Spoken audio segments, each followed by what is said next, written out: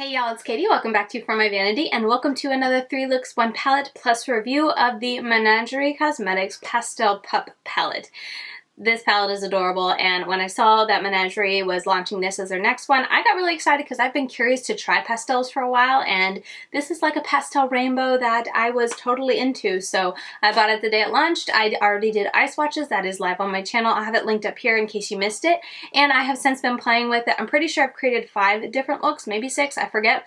Different looks with this palette, and I'm ready to give you guys my review, but per usual, let's first jump into all the tutorials, and I'm going to do this video a little bit different, so I would love to get your guys' feedback, but I'm going to make the tutorial aspect of this longer so that I have more time to give you guys my thoughts and reviews during the tutorial on each of the specific shadows, and then at the end will be more of like, not so much my in-depth review, but kind of my summary of it since I've already taken the time to review the shadows during the tutorials. So let me know what you think. I know it's going to make the tutorial themselves longer, but I hope it's just a little bit more informative and I can take more time to explain things instead of just kind of speeding the clips up and then just rushing and saying, now I'm putting this shade here, this shade here, this shade here. That's what I feel like I've been doing, so I want to go back to my original intent for these videos in that the tutorial, while I am showing you guys what I'm doing, I'm also giving you guys reviews on each of the specific shadows that I'm using and if I like them, if I don't, how they work, that sort of thing. I look super washed out, so I'll go ahead and switch it a little bit darker when I do my outro, but I did also want to throw one more thing out there that I have done a video on how to work with pastels, so if you are curious, if you have a pastel palette already in your collection, or if you have this palette and just want to find a better way to make the colors more impactful, maybe more like what you're seeing on a specific photo or a video that you see, I did do a video kind of explaining 5 tips that I do to get the most impact with my shadows, and I'll have that linked up here and down in the description box as well. But yeah, with all that said, let's go ahead and jump into the tutorials and reviews of the Pastel Pup palette. Alright, so I'm going to start off with the Makeup Revolution Conceal and Define Concealer in the lightest shade, and I did use my LORAC Behind the Scenes eyeshadow primer before this, and I'm just blending that concealer out to give me a nice smooth base, and I'm leaving it tacky.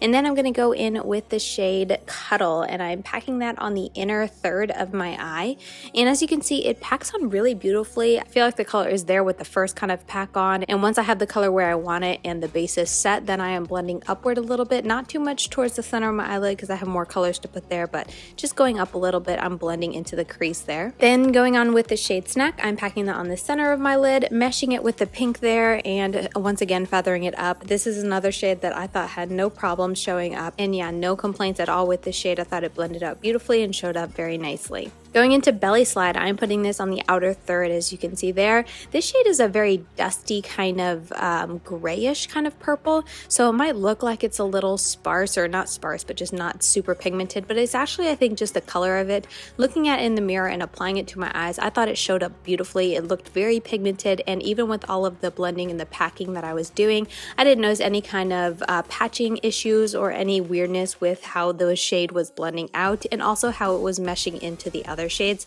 I thought it blended beautifully. I took Fishy and decided to put that into my crease. If there is a dot in this palette, I feel like it's Fishy, mainly because it's just such a pale shade. Well, yes, you can see it. It's so close to my own natural color, and it is definitely the palest and the least pigmented in the palette. Going in with Whisker, I decided to do something I don't usually do, but I'm going to wing out my eyeliner, but instead of using a liquid liner or gel liner, I'm going to use the eyeshadow. So I'm taking Whiskers and taking a little Sigma E06 brush, and I am going to wing it out. Now, it's going to take me a while because I'm so very rusty at this, but as you can see, I thought the shade itself, Whiskers, was nicely pigmented. I was curious to see how it would look, kind of putting it on top of other shades, and also just to see if it was an intense enough shade to work well as a liner, because some blacks are so kind of patchy and just not pigmented that you can't use it as a liner. But as you can see, while it's still almost that kind of dusty black, it's still very black, very pigmented, and it was incredibly easy to get this winged liner. Then I'm just going on with some mascara and this sleek gel eyeliner and putting that in my waterline. And then going right along where I put the black gel pen into my waterline, I'm smudging out this black shade just to kind of help and connect everything. And then going into Belly Slide, I'm using this to just diffuse the black and just smoke out and diffuse out the lower lash line. I went back and forth between those two brushes until I liked the smokiness, and then I just put on some mascara on my bottom lashes, and then I took the shade Snowball and I used that as my inner corner highlight. It's a little flaky, but with a very flat brush I felt like it packed on really nicely onto the inner corner and then was fairly easy to diffuse it out and kind of soften the edges so it wasn't too stark of a contrast. And then just finishing up with my lip color, that's the Neutrogena Moisture Smooth and Almond Nude. I am taking this Urban Decay Heavy Metal Glitter Liner in the shade Pyro, and I am using that to do a half cut crease or inner cut crease, whatever you want to call it. You guys know I like to do this, and I like that it was just such a light color. It really only gave a little bit of sparkle. It wasn't anything too heavy. But yeah, that is going to do it for this first eye look. Overall, I felt like all the shades blended together really, really nicely. I had a little bit of regrets putting that snack shade there because I feel like it was my own fault, but I just felt like the colors weren't the best to put side by side. But overall, I do really like how this eyeshadow ended up looking, and I feel like all the shades meshed together so seamlessly. And like I said, using that black whiskers or wing liner, it turned out really nice. I was very pleased with how it looked. Wear time for all of the looks that I did, I was very impressed with and thought they held up beautifully all day.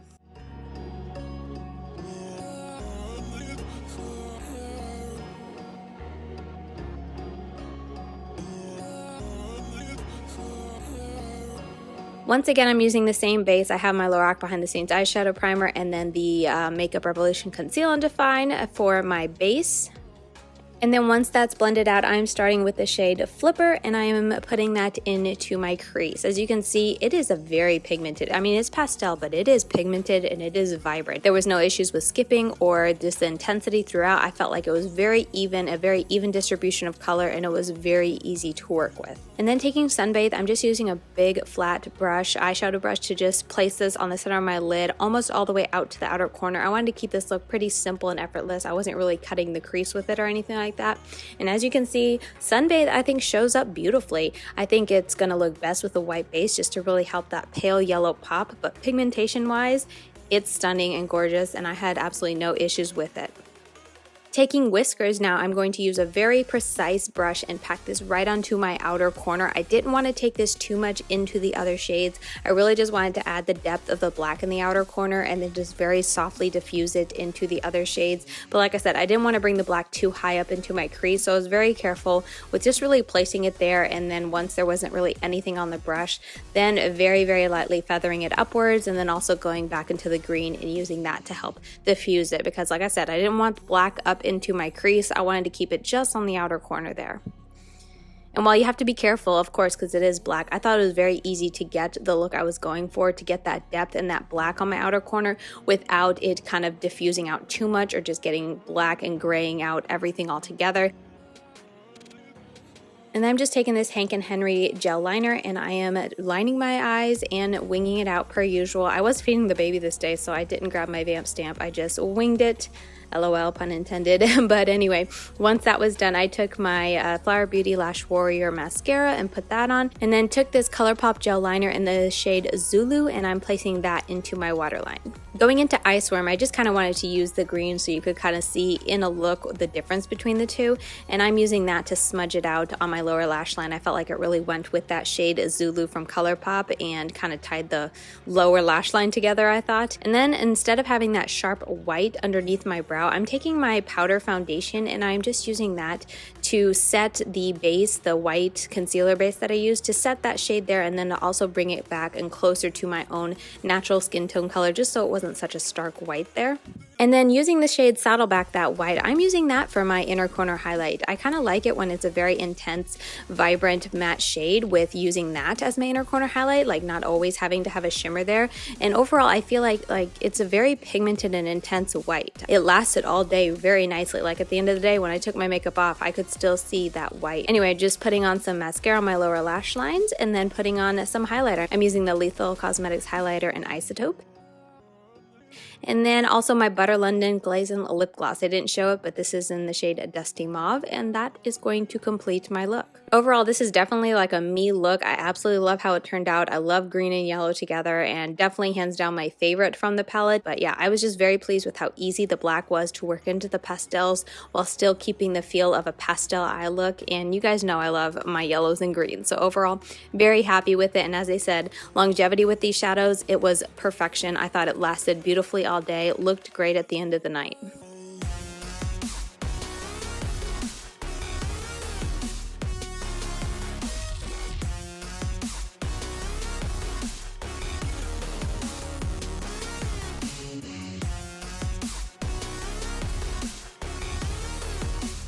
Alright, for my third and final look, I am using my Makeup Revolution Cut Crease Canvas in Halo just to switch it up, and I'm going to be blending that out with a little dry sponge. This is from Hank & Henry that I got in my BoxyCharm. And then I'm going to start with Sunbathe, and I'm really placing that in my inner crease there and blending it towards the center. I'm going to use a lot of shades, so keeping that pretty tight on my inner corner crease area. And then taking Flipper, I'm continuing that into my crease, kind of meshing it with the yellow and then continuing on in the center and stopping just before the outer corner. Again, I've already mentioned both of these shades before, but they blend beautifully and they fuse together really nicely. Going into Aquatic, I'm taking this on the outer half, and at first I just kept it really into the crease. I wasn't exactly sure what I wanted with this eye look, but once I had fused it with the green and I kind of went in and meshed all the colors together and really liked how the crease blended together, all three of those shades, I decided to go ahead and pack that blue also on my outer corner. I really wanted to highlight the blue in this palette and really create still a colorful but very pastel blue look, so I just packed it on my outer corner there.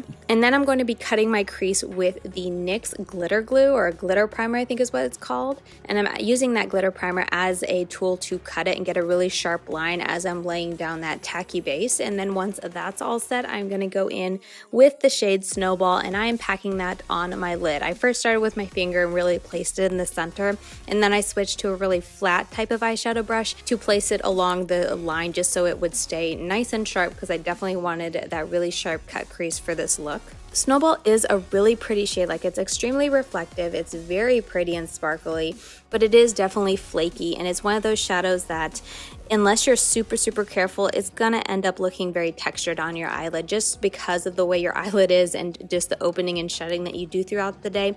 I feel like this type of look, while it's super pretty when you keep your eyes closed, after a while opening and shutting your eyes, I just feel like it emphasizes all the texture and all the creases that you have in your eyelid.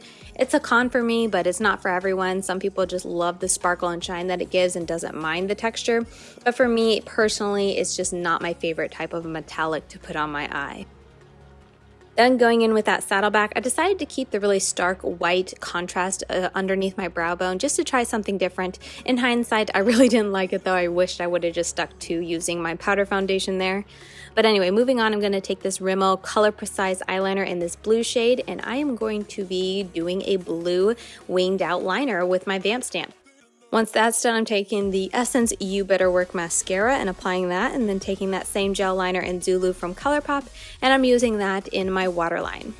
I decided to do something a little bit different, and I took Fishy and I'm putting that on the inner half of my lower lash line. I really wanted to see how much I could get this shadow to pop and how evident it could be in a look if I really packed it on there. And as you can see, it's very light, but you can see it. But anyway, to finish out the lower lash line, I'm taking Iceworm and using that on the rest of the lower lash line and then meshing it into Fishy, but without letting that green overpower Fishy.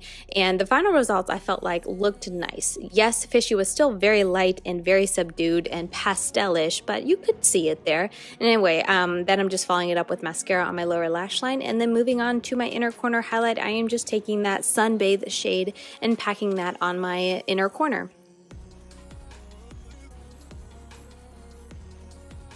For my face highlighter, I'm using the Samantha March Start Inspired, and I'm focusing on the gold in that highlighter and just packing that onto my cheek. As you can see, it doesn't take much work to really show up. And then I'm once again taking my favorite Neutrogena Moisture Smooth in Almond Nude and using that as my lip color for the day.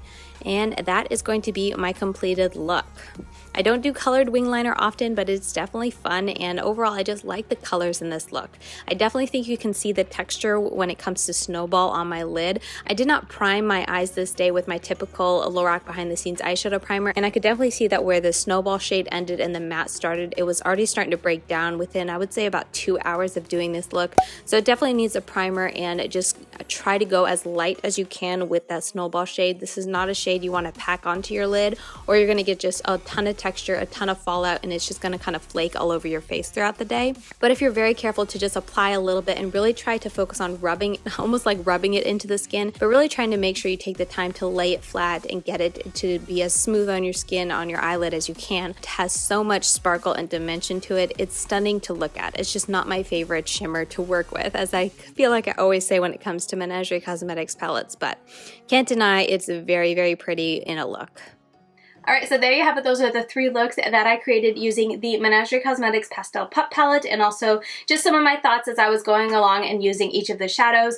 Overall, I really do like this palette. Now, is it the perfect and easiest and all shadows in here, are they just outstanding type of pastel formula you can ask for?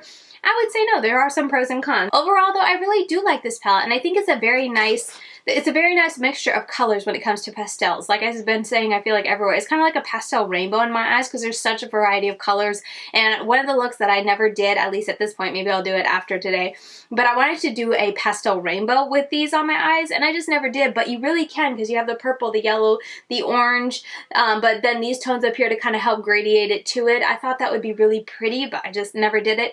But overall, I really like this palette, if you can't tell. Now, is it going to be one of those looks that you can use any type of base, any type of eye look? You could put this on a not primed lid and you'll get, you know, beautiful shades. No, I don't think they're that pigmented. This has me really curious to try Shroud's Creepy Cute palette, because everyone talks about how pigmented those pastels are. So I'm really curious to try them, because I've heard that you don't have to worry about what type of base you have, what you put underneath it. Whereas this palette, I really do think you need to kind of set it up for success with a tacky base, a white base, that kind of thing. You know, the kind of stuff I talked about in my tips and tricks for how to work with pastels or how to make pastels pop. So that is the one drawback to this. But if you don't mind just being aware or just taking a little bit more time to play with this palette and giving it the good base, I found all my looks are very easy to get. They look beautiful. They lasted all day. To sum it up, I feel like this is a great addition to Menagerie Cosmetics palette collection. It really adds something special and unique that it didn't have. Per usual, the packaging is so spot on and cute. The packaging really speaks to what you'll find inside. And I don't know, I just love that she went for and did pastels, and I'm really happy to have this. And I always get excited for every Menagerie Cosmetics release, and this one was no exception, and this one did not fail me in my expectations and what I was hoping to get out of this palette. I thought the pigmentation you could get when you prepped it right with a white base was beautiful, phenomenal, and didn't take a lot of work to build up. And even with having to build it up, it did build up on top of itself to get more intensity that I like very easily. So all around, just very happy. And yeah, it's another palette from Menagerie Cosmetics I get to add to my collection. It's absolutely cute to display, and I'm just very happy, pleased, impressed, and all that kind of stuff. I could just rave about Menagerie Cosmetics all day. But anyway, yeah, that's going to do it for my little review of the Menagerie Cosmetics Pastel Pup palette. I hope you guys found it helpful and informative. Let me know what you guys think of the longer tutorial, kind of being able to go through and talk about each of the shadows and just being more relaxed. I feel like I try to speed it up so it's not too long and boring to watch, but then I have to be really quick when I do my voiceovers. So I'd love to hear your feedback on how this video turned out. And yeah, with all that said, thank you so much for watching. I hope you guys found it informative, helpful, or just enjoyable. And if you did, please give it a thumbs up on your way out. I really do appreciate it. It helps me in the whole YouTube algorithm. And yeah, I will see you very soon in my next video. Bye guys.